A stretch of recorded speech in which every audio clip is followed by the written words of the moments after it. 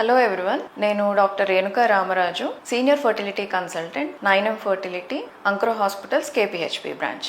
ఈరోజు మనం ఒక ఇంపార్టెంట్ టాపిక్ గురించి డిస్కస్ చేసుకుందాము. చాలా కామన్ టాపిక్, చాలా నెగ్లెక్టెడ్ అని కూడా చెప్పొచ్చు. అదే ఎండోమెట్రియోసిస్. సో ఎండోమెట్రియోసిస్ అంటే ఏంటి, దాని సిమ్టమ్స్ ఎలా ఉంటాయి, అది ఎలా కనుక్కోవాలి, ఎండోమెట్రియోసిస్ ఉన్న వాళ్ళు ఎలాంటి జాగ్రత్తలు తీసుకోవాలి, ఎలాంటి ట్రీట్మెంట్స్ తీసుకోవాలి అనేది డిస్కస్ చేసుకుందాం. సో ఎండోమెట్రియోసిస్ అంటే ఇది యూట్రస్, నార్మల్ ఎండోమెట్రియోసిస్ లేని వాళ్ళకి పీరియడ్ అయినప్పుడు ఈ యూట్రస్ లైనింగ్, ఇన్నర్ లైనింగ్ని ఎండోమెట్రియం అంటారు.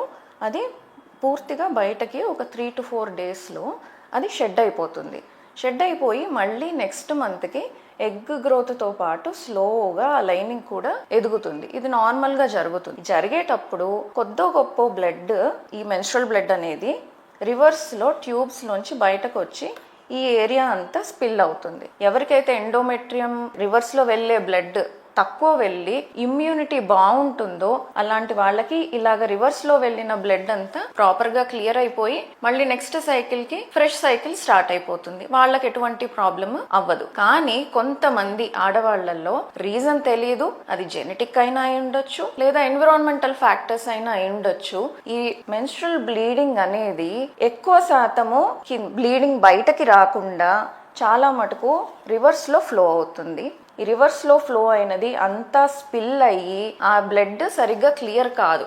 క్లియర్ కాకపోవడానికి మళ్ళీ ఇమ్యూనిటీలో ఏదన్నా ప్రాబ్లం ఉండొచ్చు. ఏదైతే ఇమ్యూనిటీ వల్ల మనకి బాడీలో బ్యాడ్ థింగ్స్ అన్ని క్లియర్ అవుతాయో అది సరిగ్గా లేక ఈ స్పిల్ అయిన బ్లడ్ అంతా అక్కడే ఉండిపోతుంది. ఈ టిష్యూ ఎక్కడైతే స్పిల్ అయిందో, అంటే యూట్రస్ పైన, ట్యూబ్స్ పైన, ఓవరీస్ పైన స్పిల్ అయిన టిష్యూ అంతా కూడాను అక్కడే సొంతంగా బ్లడ్ సప్లై ఎస్టాబ్లిష్ చేసుకొని అక్కడే పెరగడం స్టార్ట్ అవుతుంది. అయితే దానివల్ల ఏం ప్రాబ్లం అవుతుంది, ఈ ఎండోమెట్రియం ఇక్కడ పెరిగినది బయటకి రావటానికి దారి ఉంటుంది. ఇక్కడ ఫామ్ అయిన టిష్యూకి బయటకి దారి లేక అక్కడే బ్లీడ్ అవుతూ ఉంటుంది, అక్కడే పెరుగుతూ ఉంటుంది.